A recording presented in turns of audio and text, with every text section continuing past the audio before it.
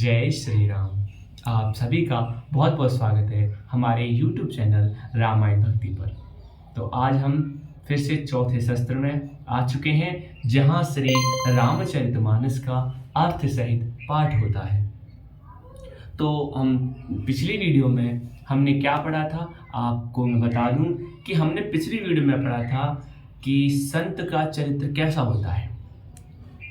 तो हमारे गोस्वामी तुलसीदास जी ने संत का चरित्र बहुत ही सुंदर और बहुत ही अच्छे तरीके से बताया था कि संत एक कपास के रुई की तरह होता है, जिसका हृदय बड़ा ही निर्मल और बड़ा ही नरम, मतलब कि कुछ अच्छा मानो बहुत ही अच्छा होता है, जो कि अंधकार से रहित होता है, जिनमें कोई ना कोई बुराई होती है, ना कोई कठोरता होती है। संत बड़े ही नरम और बड़े ही अच्छे स्वभाव के होते हैं, जिनके स्वर से जो कुछ बोलते हैं, उनके जीव पर स्वयं सदा सरस्वती जी विराजमान रहती हैं।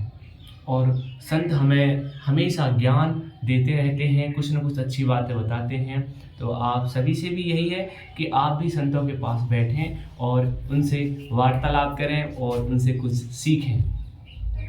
और अगर आप श्री रामचरितमानस में रुचि रखते हैं तो मैं ये चाहूँगा कि आप मेरे साथ ज़रूर जुड़ें और मेरे इस चैनल को सब्सक्राइब ज़रूर करें। मैंने देखा है कि आप सब्सक्राइब नहीं करते हो, तो मैं आगे नहीं बढ़ पाऊँगा। अगर आप करते हो तो अच्छा है, नहीं भी करते तो भी ठीक है, फिर भी मैं अपना श्री रामचरितमानस का पाठ करता रहूँगा। और इस पाठ को मैंने प्रारंभ किया है श्री राजन जी महाराज जी के प्रेरणा से, क्योंकि वो बताते हैं कि आप श्री रामचरितमानस का पाठ एक बार अर्थ सहित करके देखिए। तो चलिए हम प्रारंभ करते हैं यह चौथा शस्त्र। और चलिए, जय जय श्री सीताराम। बोलिए श्यावर रामचंद्र की जय। पवन सुत हनुमान जी की जय। उमापति महादेव जी की जय। गोस्वामी तुलसीदास जी की जय। श्री राम जय राम, जय जय राम। श्री राम जय राम, जय जय राम। श्री राम जय राम, जय जय राम। श्री राम जय राम, जय जय राम। अब प्रभु कृपा करहु एहि भांति, सब तज भजन करहु दिन राति। तो हमारा दूसरा दोहा था कि सुने समुझई जन मुदित मन, मज्जई अति अनुराग। लहई चारि फल अछत तनु, साधु समाज प्रयाग। सियावर रामचंद्र पद रज शरणम, शंकर हरि ओम जय जय। सीताराम जय जय, हनुमान हरि की जय। सीताराम सीताराम सीताराम कहिए, जाहि विधि राखे राम, ताहि विधि रहिए। रामायण सुर तरु की छाया, दुख भय दूर निकट जो आया। दुख भय दूर निकट जो आया। तो इस दोहे का अर्थ है कि जो मनुष्य इस संत समाज रूपी तीर्थराज का स्वभाव प्रसन्न मन से सुनते और समझते हैं, और फिर अत्यंत प्रेम पूर्वक इसमें गोते लगाते हैं, वे इस शरीर के रहते ही धर्म अर्थ काम मोक्ष चारों फल पा जाते हैं। चौपाई है, मज्जन फल पेखिय तत काला, का कहोय पिक बकऊ मराला। सुनिया चरज करे जन कोई, संत संगति महिमा नहीं गोई। इस तीर्थराज में स्नान का फल तत्काल ऐसा देखने में आता है कि कोए कोयल बन जाते हैं। संतों की जो आसपास जो हम बैठते हैं ना, तो जो कौवा भी होता है ना, वो कोयल बन जाता है। उनका संग ही बहुत बड़ा हमारे लिए आशीर्वाद है। और बगुले हंस बन जाते हैं, जो बगुले भी होते हैं ना, वो हंस बन जाते हैं। यह सुनकर कोई आश्चर्य न करे, क्योंकि सत्संग की महिमा छिपी नहीं है। जो सत्संग करता है उसकी महिमा छिपी नहीं है। आप सभी भी सत्संग में जाते होंगे, तो वहाँ बड़े ही अच्छे अच्छे ज्ञान की बातें की जाती हैं और समझाई भी जाती हैं। बड़ा ही आनंद आता है सत्संग में। मैं भी 1-2 बार गया हूँ, लेकिन अब भी जहाँ भी सत्संग हुआ करेगा मैं जाया करूँगा। आप भी जाया करो, कहीं बैठ के सुनिए सत्संग में, बड़ा ही आनंद आता है। आगे चौपाई है। बाल्मीक नारद घट जोनी, निज निज मुख कही निज होनी। जलचर थलचर नवचर नाना, जे जड़ चेतना जीव जहाना। वाल्मीकि जी, नारद जी और अगस्त्य जी ने अपने अपने मुखों से अपनी होनी जीवन का वृत्तांत कही है। जल में रहने वाले जलचर थलचर नवचर नाना, जे जड़ चेतन जीव जहाना, कि जल में रहने वाले और आकाश में विचरने वाले नाना प्रकार के जड़ चेतन जितने जीव जगत में हैं, मति की रति गति भूति भलाई, मति की रति गति भूति भलाई, जब जेहि जतन जहां जेहि पाई। कि उनमें से जिसने जिस समय जहां कहीं भी जिस किसी यत्न से बुद्धि, कीर्ति, सद्गति, विभूति, ऐश्वर्य और भलाई पाई है, सो जानब सतसंग प्रभाव, सो जानत सतसंग प्रभाव, लो कहूँ वेद न आन उपाऊ। सो सब सत्संग का ही प्रभाव समझना चाहिए। वेदों और लोकों में इसकी प्राप्ति का दूसरा कोई उपाय नहीं है। सत्संग बहुत बड़ी चीज है, बहुत ही बड़ा ज्ञान है, जिसे करने से हम लोक और वेदों में इसका दूसरी मतलब प्राप्ति नहीं है। लोक वेद पढ़ने की हमें जरूरत नहीं है, हमें सत्संग का साथ सत्संग करना चाहिए, उससे ही हमें सब कुछ प्राप्त हो सकता है। कि बिनु सत्संग विवेक न होई, राम कृपा बिनु सुलभ न सोई। सत्संगत मुदा मंगल मूला, सोई फल से दे सब साधन फूला।